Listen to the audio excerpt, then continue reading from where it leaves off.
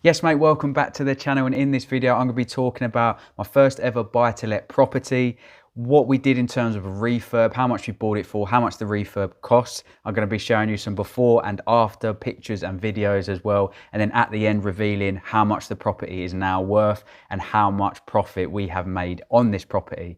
So I have done a previous video giving a tour around the property when we first bought it. So I'll put some pictures up here and there'll be a link in the description down below if you did want to see the full video tour of the property before we actually started renovating it.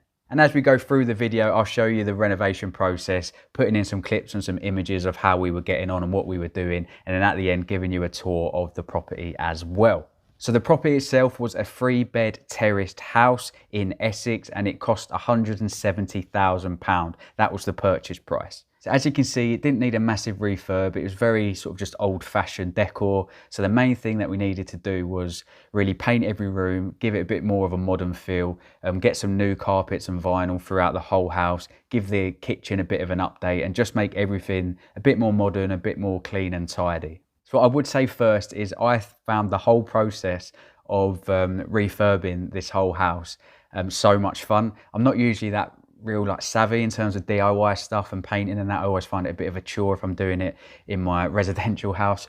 But for the few weeks that we spent painting, decorating and trying different bits of DIY and stuff in this house, I found it loads of fun. So it did take us a few weeks. I took a week off work as well and spent a few days down there on my own, and took my dog with me as well, just painting, decorating, changing handles, changing cupboard doors, stuff like that. And then me and my wife spent most weekends and a few evenings as well down there painting and decorating. I also got massive help from both our families. They came over on the weekends and stuff, helped us paint, helped us decorate, and just overall getting hands on deck and making sure that it went as smoothly and as quickly as possible. But it was a really good process. It was loads of fun and yeah, I enjoyed it. So I wanted to say that first. So the first thing we did is we started stripping wallpaper from some of the rooms and started to get some new paint on the walls. Now you can see from the images, the colour on the walls before were quite vibrant and different. There was pink walls in the front room, there was green walls in the bathroom and in the kitchen as well.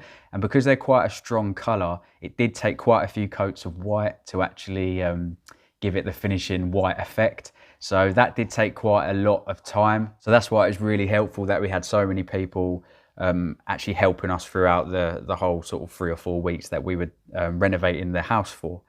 So once we started painting, we also then started ripping up the carpets ready for the fitters to fit them at the end of the refurbishment.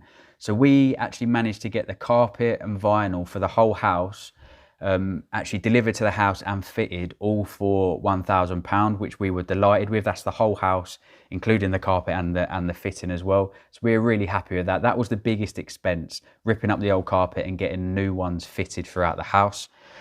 We then spent a few £100s on paint, paintbrushes, trays, etc. All the sort of consumables that you go through when updating a house.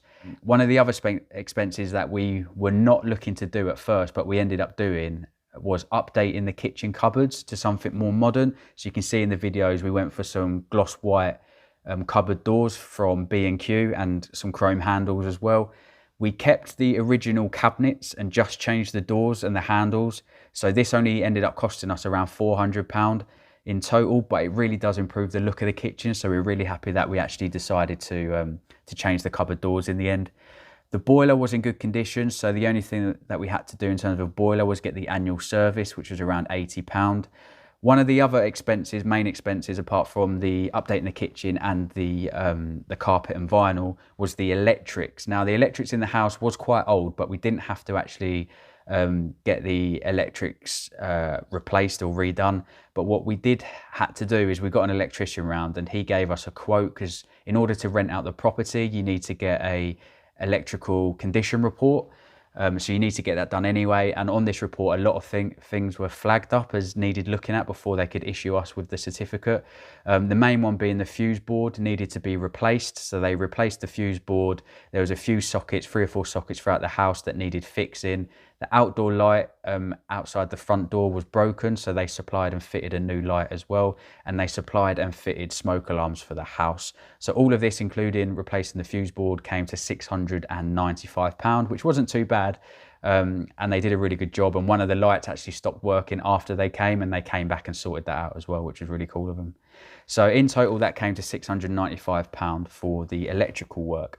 So in total, we spent £1,000 on the carpet and vinyl, £400 on the kitchen, around £400 on paint and supplies and stuff like that, £80 on the boiler being serviced, and £695 on the electrical work. There's no doubt that I've probably missed stuff from this. So what I then do is add in another 10% on top of that spend, because potentially there's stuff that we bought that I just haven't kept track of. So if we add on a 10% contingency to say I spent 10% more than what I'm saying I am, this came to around £2,800 in total we spent renovating this property. So after several weeks and many people helping us work on this property, painting, decorating, renovating it, we spent around 2.8k in total on the property, ready to get it into a rentable condition. And this is the final product. So it definitely looks a lot more modern and cleaner than before. Everything is lighter, and just by changing the cupboard doors in the kitchen, it gives a completely different feel to the house. So we're really happy with the outcome. We think it looks really neat and presentable. So how much could we refinance or sell this property for right now? What is our potential profit? So we bought the property for £170,000 back in April.